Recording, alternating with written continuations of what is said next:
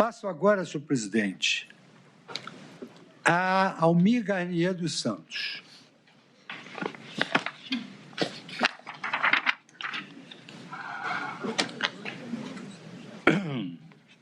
O réu Almir Garnier dos Santos, a denúncia imputou a ele os seguintes crimes: organização criminosa, tentativa de abolição violenta do Estado Democrático, golpe de Estado, dano qualificado, deterioração do patrimônio tombado.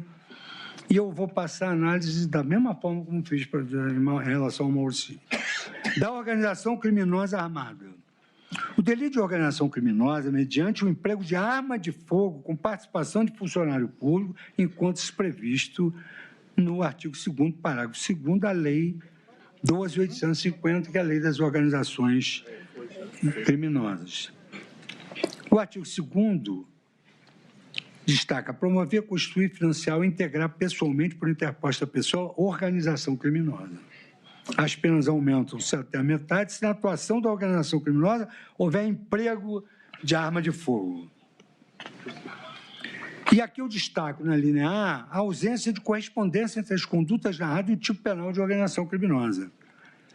Em primeiro lugar, as próprias premissas teóricas lançadas neste voto, tal como narrados na denúncia, não correspondem ao tipo penal de organização criminosa. Com efeito, o réu Almir Garnier dos Santos foi acusado de ter se reunido com os demais réus em 2 oportunidades, disponibilizando para prestar auxílio material para a prática de crimes determinados. Essa é a acusação. Não são crimes indeterminados, são crimes determinados. Não se menciona que o acusado tenha se associado para a prática de uma série indeterminada de delitos punidos com a pena máxima superior a 4 anos, como mencionei, da essência da organização criminosa, de modo estável e permanente, como se exige para que a conduta seja classificada como organização criminosa. Por conseguinte, o que a denúncia narrou foi, em tese, o concurso de pessoas no artigo 29, no qual os agentes planejam a prática de determinados crimes. Ademais, não há na denúncia qualquer afirmação de que alguns dos mentores da suposta organização criminosa tenham empregado arma de fogo. Tampouco, ao longo da instrução, a comprovação de que algum dos réus tenha se utilizado de arma de fogo no curso dos fatos. Por esta razão, já longamente desenvolvida nas premissas teóricas do meu voto, eu concluo que a conduta narrada manifestamente não corresponde ao tipo penal da organização criminosa. Da análise dos fatos e provas, sem prejuízo das considerações técnico-jurídicas que afastam a tipificação do delito de organização criminosa, eu passo a análise individualizada dos fatos atribuídos ao Almir Garnier Santos. Nos termos da inicial acusatória, o réu teria aderido à suposta organização criminosa, a partir de uma reunião realizada em 7 de dezembro no Palácio da Alvorada, na qual o réu Jair Bolsonaro apresentou considerandos do que, segundo a Procuradoria-Geral da República, seria um decreto de estado de sítio. O réu, que exerceu a função de comandante da Marinha do Brasil no período de 9 de abril de 2021 a 30 de 12 de 2022, afirmou naquela reunião que estava à disposição do presidente da República, segundo os depoimentos de 2 testemunhas, Tenente Brigadeiro Batista Júnior e General Freire Gomes, respectivamente comandantes da Aeronáutica do Exército.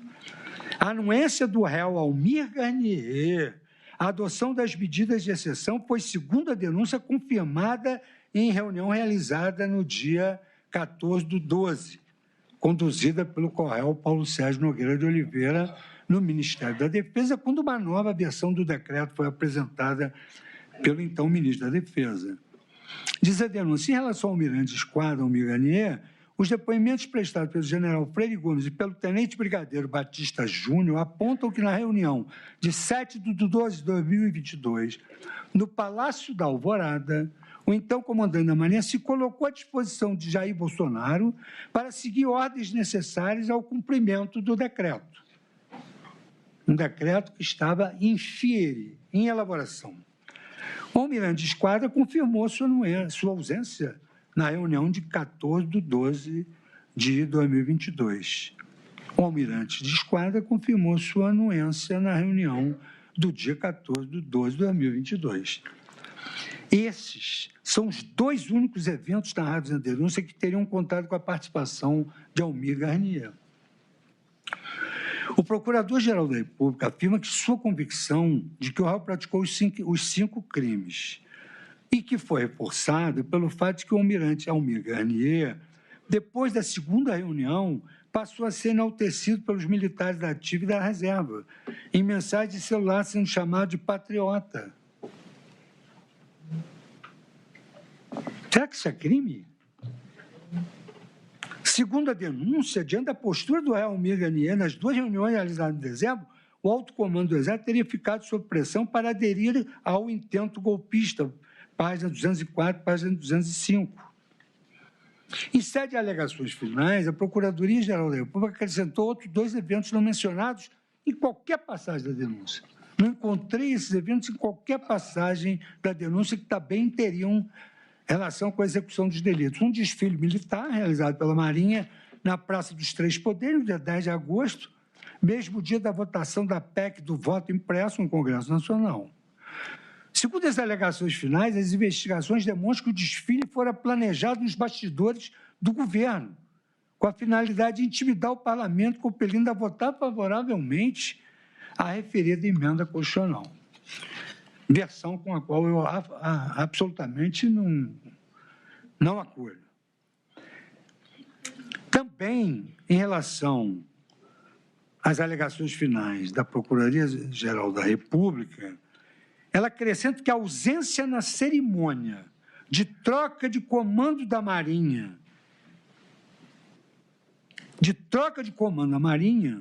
segundo a Procuradoria-Geral da República, com a devida vênia, com essa conduta, o Almir Garnier manteve estrita lealdade ao grupo e aos interesses do então governo, mesmo após o fracasso da tentativa de edição do decreto golpista, contribuindo para a perpetuação pública do clima de anormalidade institucional.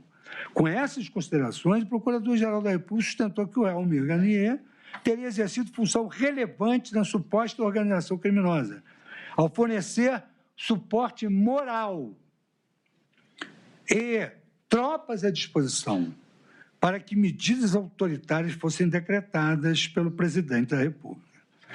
A defesa do réu Almir Garnier dos Santos requer a improcedência do pedido. A defesa sustenta que o Procurador-Geral da República, nas alegações finais, ampliou os limites e objetivos da denúncia sem aditá-la.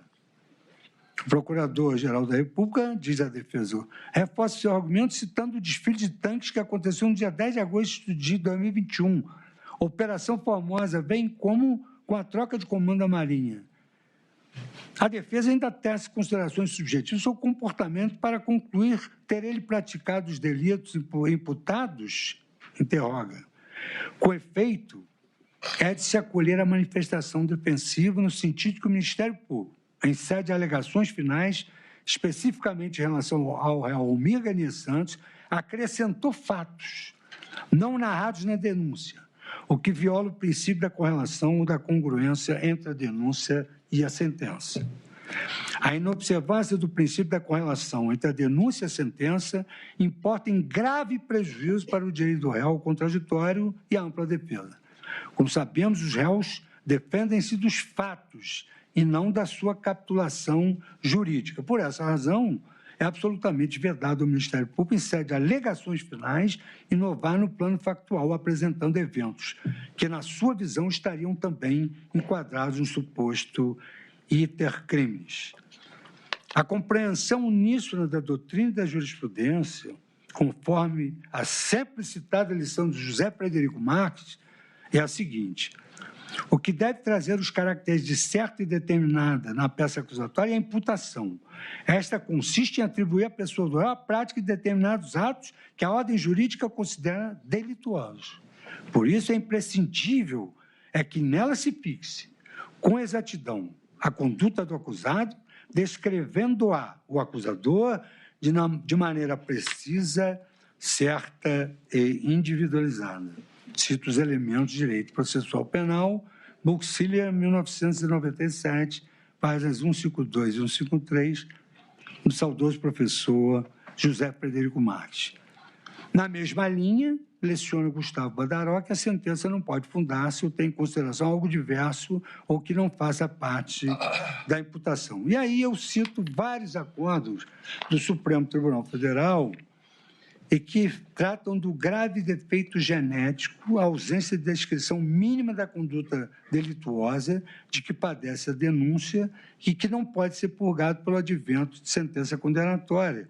Haja vista que o imperativo lógico contraditório para a defesa em relação à imputação inicial devem ser exercidos na fase da denúncia e não da sentença condenatória. Quer dizer, aqui não se trata nem de emendar-se o libélio, porque o réu não se dependeu disso. E aí cito vários acordos, eu vou só dar os números, para conferir a autenticidade que eu estou falando.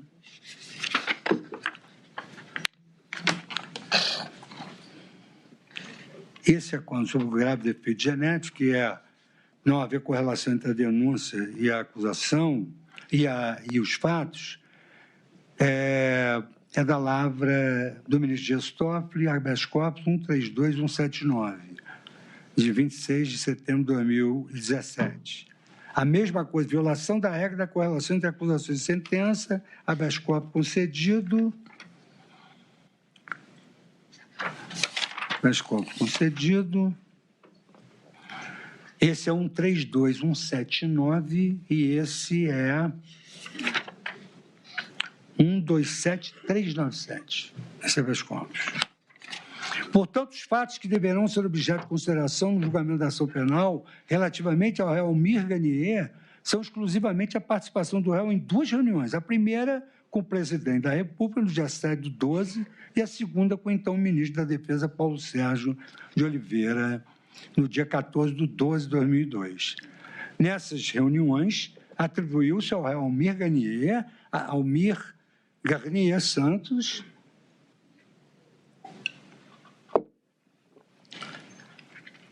a fala no sentido de que estava à disposição do presidente da República ou de que as tropas da Marinha estavam à sua disposição para a implementação de quaisquer medidas que fosse cogitada no curso dos últimos dias do mandato presidencial. Senhor presidente, ainda, e a egrégia turma, ainda que a denúncia houvesse efetivamente narrado a prática do crime de organização criminosa, o que evidentemente, com todas as vênias dos entendimentos encontrados, não é o caso destes autos, resta patente que a conduta narrada na denúncia e atribuída ao réu Almir Garnier dos Santos está muito longe de corresponder a de um membro de uma associação estável e permanente, estruturalmente ordenada com divisão de tarefas voltada à obtenção de vantagem ilícita mediante a prática de crimes punidos com a pena máxima superior a 4 anos. Essa é a definição típica da lei. A mão tem que entrar na luva, os fatos têm que corresponder ao tipo penal. Na lição da doutrina, não preenche o núcleo do verbo integrar a organização criminosa a conduta dos denominados colaboradores eventuais, colaboradores externos ocasionais, e membros que apenas se declaram integrantes ideológicos, mas que não intervêm em qualquer ato relacionado ao funcionamento da organização criminosa ou na preparação e execução dos delitos. Não houve isso. E ainda houve uma discussão do número de força que teria a Marinha.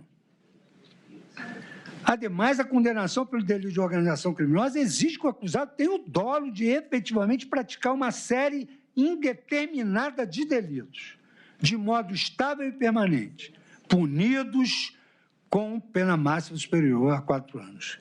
Em caso, não há qualquer evidência de que o réu Almir Garnier tenha aderido a uma tal associação criminosa. Como prova da prática do crime de organização criminosa armada, a denúncia sustenta unicamente que o réu Almir Garnier participou de 2 reuniões em 7 e 14 de dezembro de 2022, ocasião em que o réu teria aderido à suposta organização criminosa, que não é organização criminosa. Não há mínimo suporte probatório para afirmar que naquelas reuniões tem havido deliberação de praticar de modo estável e permanente crimes indeterminados. Registra-se que dessas reuniões participaram tão somente no dia 7 de dezembro o presidente da República, com a presença do réu Almir Garnier Santos, o então ministro da Defesa, Paulo Sérgio Nogueira de Oliveira, e o então comandante do Exército, general Freire Gomes. No dia 14 de 12 de 2022, a reunião foi conduzida pelo então ministro da Defesa, general Paulo Sérgio Nogueira de Oliveira, com a presença do Almir Garnier Santos e do então comandante do Exército, general Freire Gomes, tendo se retirado logo no início o então comandante da Aeronáutica, tenente brigadeiro Batista Júnior. Seria possível considerar que o réu seria membro de uma organização criminosa a partir de sua presença em 2 reuniões, sem nenhum ato executório? A denominada adesão anuense do réu à implementação de medidas de exceção previstas na Constituição Federal poderia, em tese, ser considerada sua disponibilidade para participar na modalidade de auxílio material de um futuro e eventual crime contra o Estado Democrático de Direito, que eu vou analisar no próximo item. Talvez por ter se dado conta de que a mera presença em 2 reuniões seria insuficiente para a caracterização do crime de organização criminosa, no meu modo de ver, Sua Excelência o Procurador-Geral da República, por ocasião das alegações finais, pretendeu alterar a descrição dos fatos para incluir o evento do dia 10 de agosto de 2021, o desfile do Dia do Soldado, ocorrido há mais de 1 ano antes das reuniões, como um ato que associaria o réu Almir Garnier a um suposto projeto criminoso organizado. No entanto, além de ter ficado suficientemente esclarecido nos autos que aquele desfile já estava programado desde muito antes da convocação da sessão que seria votada a PEC do voto impresso pelo Congresso, tampouco se poderia incluir na fase final da ação penal um fato novo. Em suma, o cotejo das acusações com as provas acostadas aos autos, especialmente com as premissas teóricas que integram o meu voto, impõe a conclusão de que o réu Almir Garnier não pode incidir no crime de organização criminosa. Isso porque não há nenhuma prova dos autos de que ele se reuniu com mais de 4 pessoas, com unidade de desígnios, para, de forma duradoura, praticar um número indeterminado de crimes. Foi uma reunião de estou à disposição. E um subordinado, o réu não integrou, assim, uma entidade autônoma. Ainda que nas reuniões tenha havido a discussão de medidas de exceção que revelam caráter ilícito, tal fato não preenche os elementos do tipo penal de organização criminosa, pelo que eu já aqui esclareci. Pela falta de todos aqueles elementos, duradouro, permanência, crimes indeterminados, pena de 4 anos, mínimo, máximo. Em caso que se apure do comportamento do réu, é, por outro lado, a suposta prática de crimes em concurso de agentes sem a presença das elementares do crime de organização criminosa. E é por essa razão que eu, considerando todo o acervo probatório, as premissas teóricas e a categorização jurídica dos fatos, eu julgo improcedente o pedido de condenação do réu Almir Garnier pelo crime de organização criminosa armada, da imputação de cometimento do crime de tentativa de abolição violenta do Estado Democrático de Direito do crime de golpe de Estado. Eu faço novamente, senhor presidente, a descrição dos crimes, e já li a saciedade, e destaco da necessidade de início de execução para a configuração dos delitos de atentado. Conforme destaquei nas premissas teóricas do meu voto, o fato de a denúncia imputar aos réus crimes de atentado não dispensa o Ministério Público de narrar os atos que deram início à execução dos delitos, bem como sua respectiva comprovação. Em caso, impute-se ao réu Garnier ter se disponibilizado em 2 reuniões para auxiliar com as suas tropas, caso viessem a ser decretadas medidas de exceção pelo então presidente da República. Essa conduta, ainda que se admitisse ter efetivamente ocorrida, ela não preenche as elementares dos tipos penais do artigo 359L e 359M, correspondendo, em tese, à sua disposição em participar de um evento futuro e incerto.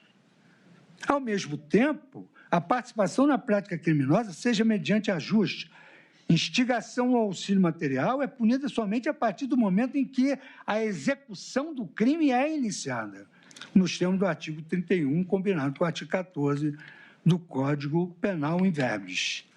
O ajuste, a determinação ou instigação, no caso aqui o ajuste, salvo disposição expressa em contrário, não são puníveis, se o crime não chega pelo menos a ser tentado.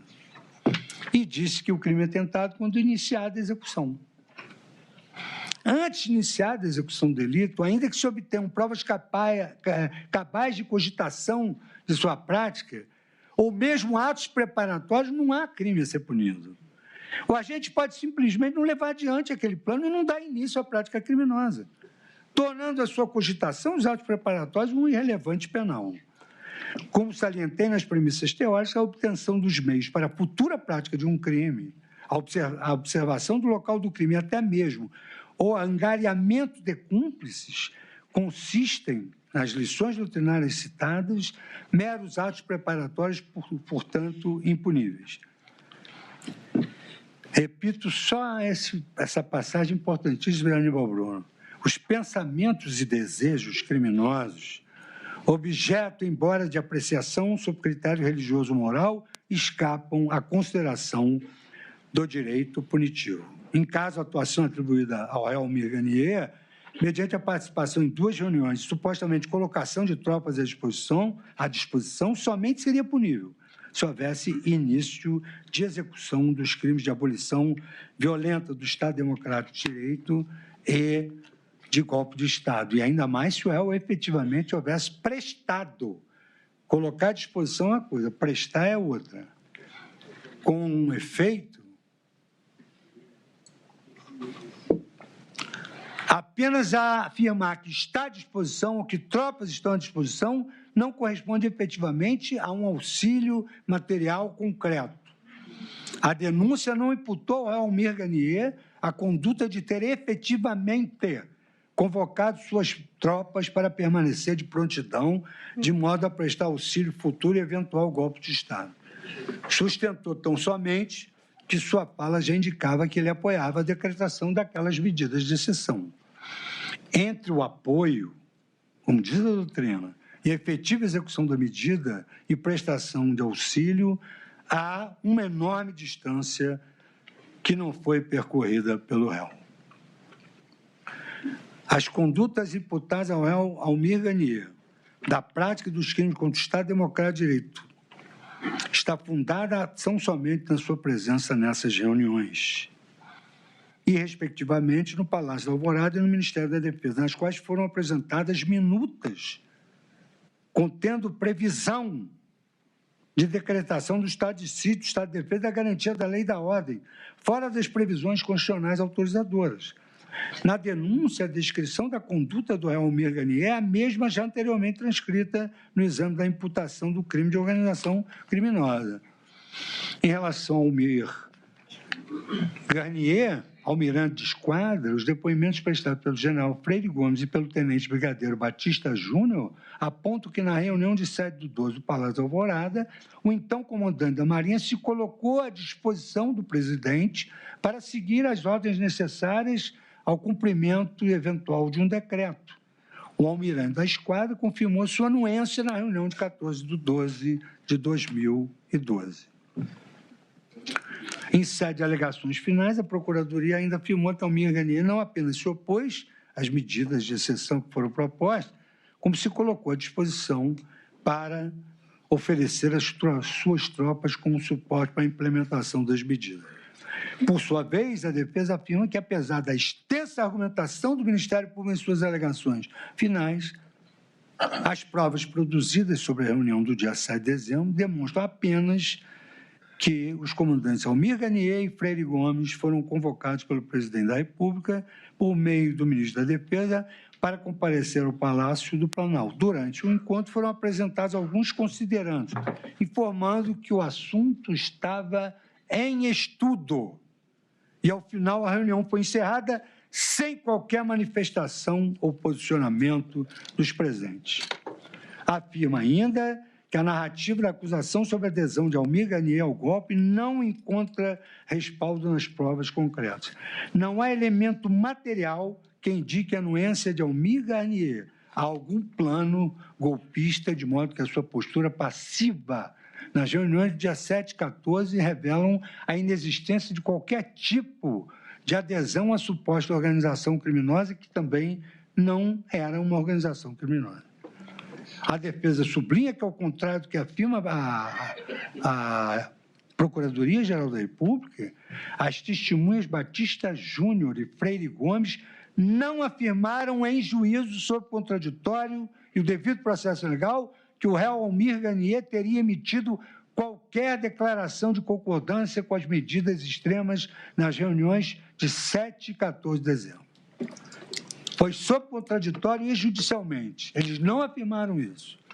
Em caso, a denúncia afirma que a participação do réu nas reuniões seriam atos consumadores dos crimes de organização criminosa, dano ao patrimônio público, dano ao patrimônio tombado, abolição violenta ao Estado Democrático ao Estado Democrático de Direito e golpe de Estado. No entanto, exclusivamente em sede de alegações, sem correspondência com a denúncia, Sua Excelência, o Procurador-Geral da República, acrescentou que o réu Almir Ganier teria praticado os delitos contra o Estado Democrático de Direito também por omissão, que deveria prevenir os resultados. O denunciado absteve-se de cumprir os deveres de proteção e vigilância que estava obrigado pelo artigo da Constituição. É imperioso reiterar que a conduta imputada ao réu e que deve ser objeto de consideração e julgamento é aquela narrada na denúncia, não podendo nem o julgador nem o Ministério Público, em sede de alegações finais, promover o Ministério Público inovação na forma da conduta atribuída ao acusado, por ação ou omissão, e nem o juiz promover emendaço libere, porque os fatos não foram narrados. E aí trago também a compreensão do professor José Frederico Marques, que discorre que o que deve trazer os caracteres de certo determinada na peça acusatória é a imputação, e esta consiste em atribuir à pessoa do réu a prática de determinados atos que a ordem jurídica considera delituosos. Por isso é imprescindível que nela se fixe com exatidão a conduta do acusado, descrevendo o acusador de maneira precisa, certa e bem individualizada. Na mesma linha, o professor Gustavo Badaró, no sentido de que a sentença não pode fundar-se ou ter em consideração algo diverso.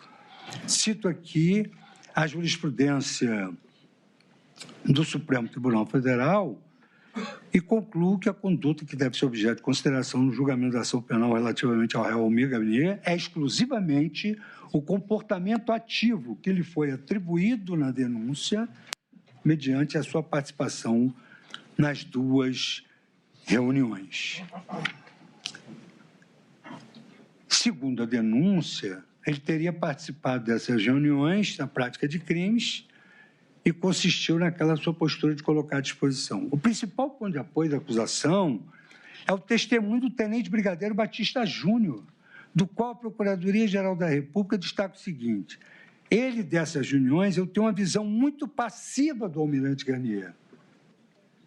Batista Júnior.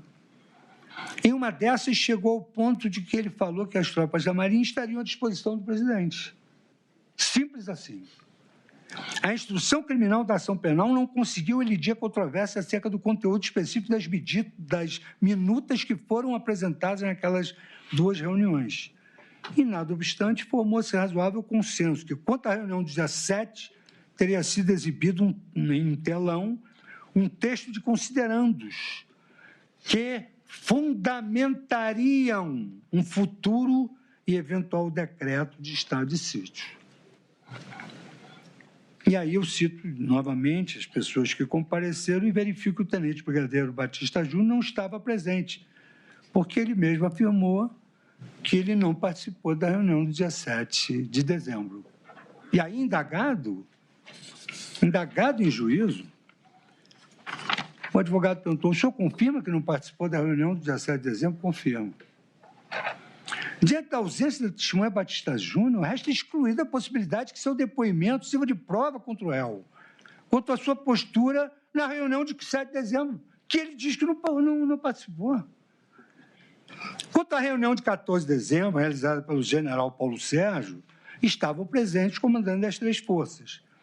Segundo os testemunhos do tenente brigadeiro Batista Júnior e do general Freire Gomes, naquela reunião o general Paulo Sérgio pretendia tratar de medidas como a garantia da lei e da ordem. E, neste ponto, as testemunhas não demonstraram certeza quanto à legalidade da decretação do estado de defesa e de sítio. Não demonstraram certeza quanto a isso. Eis o teor do depoimento prestado pelo tenente brigadeiro Batista Júnior. Quando eu entendi, eu fui o último a chegar na reunião. O almirante Garnier estava de costas para mim, o general Paulo Sérgio de lado e o Freire Gomes de frente. Eu entrei e sentei ao lado do Garnier. Imediatamente a reunião começou. E o general Paulo Sérgio disse o seguinte: trouxe aqui um documento para vocês verem. Eu confesso ao senhor que não me lembro se ele falou, diz Batista Júnior, não me lembro se ele falou que era estado de defesa ou estado de sítio. Ele não lembra nem do que se tratou. Eu raramente, porque eu achava que não existiam os pressupostos de todo esse processo sequer para o estado de defesa, para mim o estado de sítio era uma coisa que eu nem imaginava que fosse aparecer essa expressão. Ele falou assim: eu trouxe um documento que é para vocês analisarem. Logicamente, com base em tudo que estava acontecendo, eu perguntei para ele: esse documento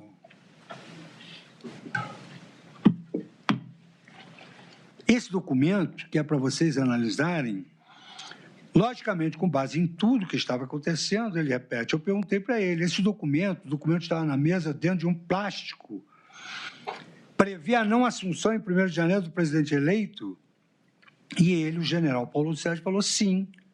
Aí eu falei, não admito sequer receber esse documento, não ficaria aqui, levantei, saí da sala e fui embora.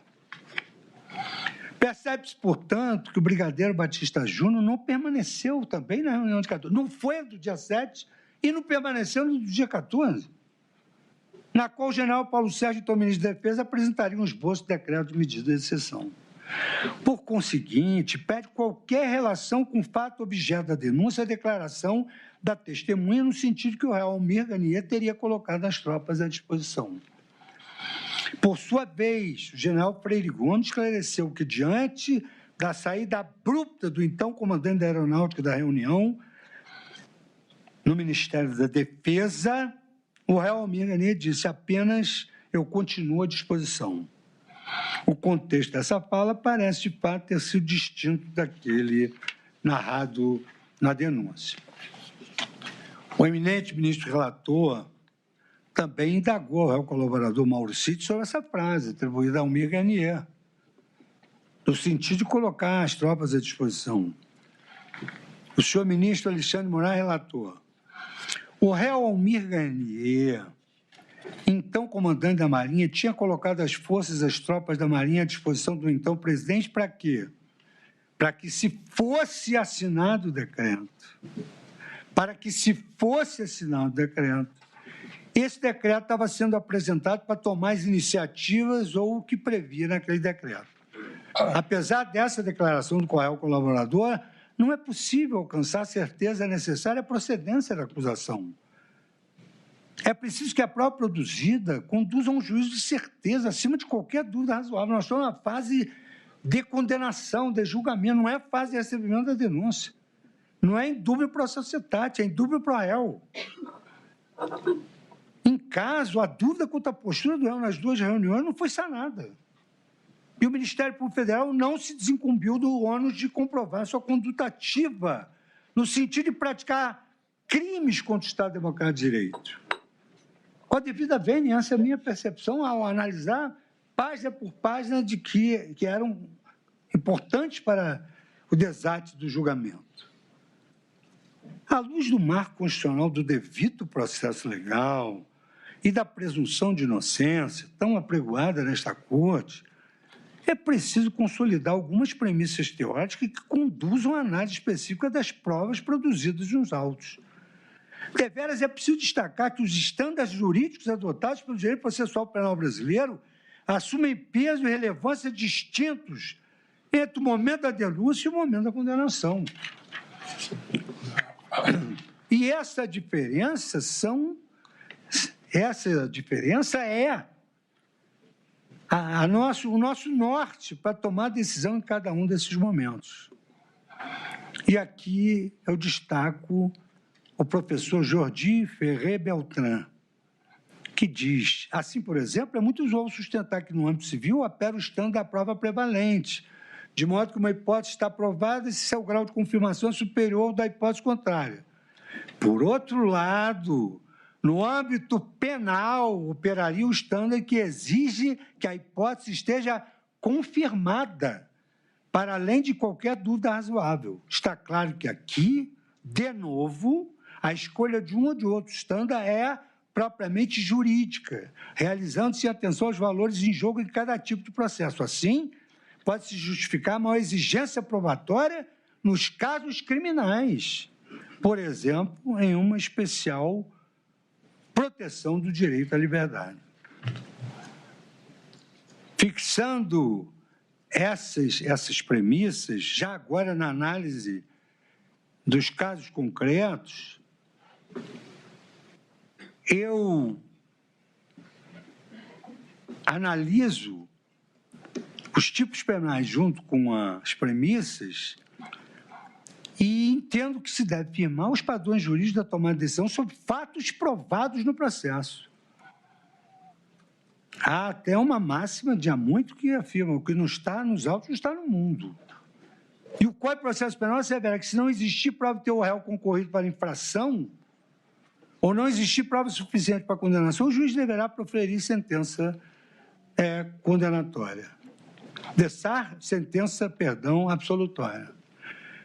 Se no momento preambular da ação penal é possível receber da denúncia a partir da identificação na materialidade dos fatos e dos indícios mínimos de autoria, a condenação exige a desincumbência de um estándar probatório rigoroso, exigindo que as provas produzidas sobre o crivo do contraditório e da ampla defesa conduzam à certeza da autoria das condutas imputadas pelo Ministério Público. Trata-se, de verdade, de um consectário da própria adoção do Estado de Direito e dos direitos fundamentais processuais a ele inerentes, dentre os quais essa expressão, o indúbio pro réu. Como destaca o professor Cláudio Roxin, a importância fundamental deste princípio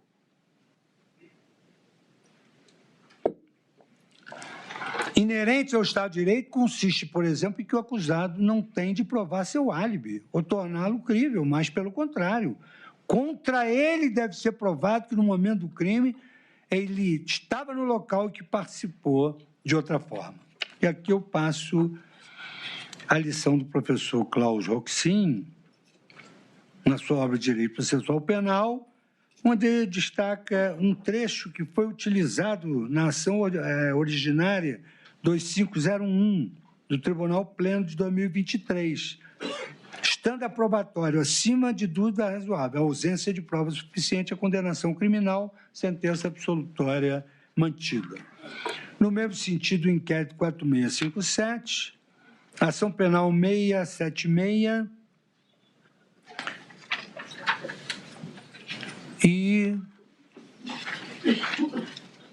ação penal 676, onde se destaca exatamente, aqui da primeira turma, quando ainda aqui integrava a estimada ministra Rosa Weber. A presunção de inocência, princípio cardeal no processo criminal, é tanto uma regra de prova como um escudo contra a punição prematura. Como regra de prova, a formulação mais precisa é o estándar anglo-saxônico, no sentido que a responsabilidade criminal deve ser provada acima de qualquer dúvida razoável. Na espécie, ausente prova para além da dúvida razoável da participação do acusado, ação penal julgada improcedente.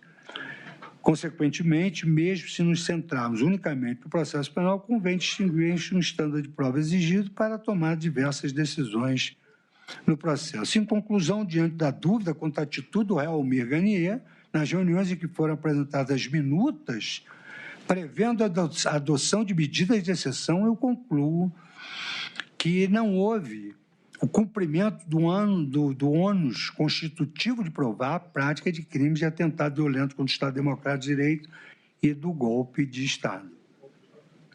Isto posto, e considerando todo o acervo probatório dos autos, eu julgo improcedente o pedido de condenação do réu Almir Garnier dos Santos pelo crime de abolição violenta do Estado Democrático de Direito e do golpe de Estado. Nos termos do artigo 3867, não existir prova suficiente para a condenação do Código de Processo Penal.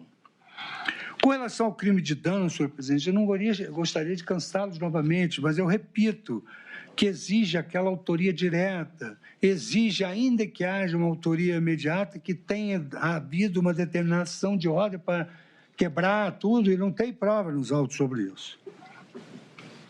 Então, eu, para não repetir o que já referi antes, eu apenas menciono que a defesa do réu Almir Garnier dos Santos defende a procedência do pedido em relação a esses dois crimes de dano firme no acervo probatório acostado aos autos. E sustenta que a acusação recorre a uma construção teleológica retrospectiva fundada em propósito atribuído aos fatos, em vez de demonstrar uma conduta individualizada do réu. O confronto das acusações com as provas acostadas aos autos impõe a conclusão de que o réu Almir Garnier dos Santos não pode ser responsabilizado criminalmente pelos crimes de dano qualificado e de dano a bem tombado.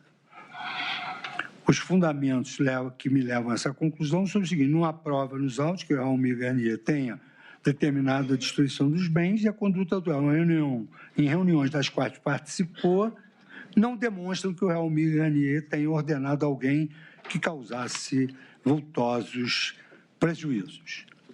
Não há aquela correlação mínima entre as ações ou omissões do réu Almir Garnier e a prática dos danos, nem a prática de crimes ambientais e nem a prática dos crimes contra o Estado Democrático de Direito.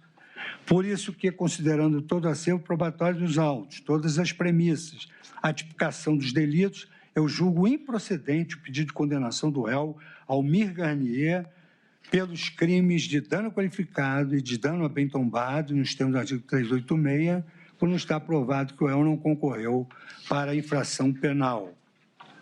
E, a fortiori, também julgo improcedente em relação aos delitos que eu já mencionei, na página 35, considerando todo o acervo probatório, julgo improcedente o pedido de condenação do réu Almir Garnier pelos crimes de abolição violenta do Estado Democrático e de golpe do Estado, artigo 359-M, nos termos do artigo 386-7, por não estar provado suficientemente as suas ações para fins de condenação na forma do Código de Processo Penal.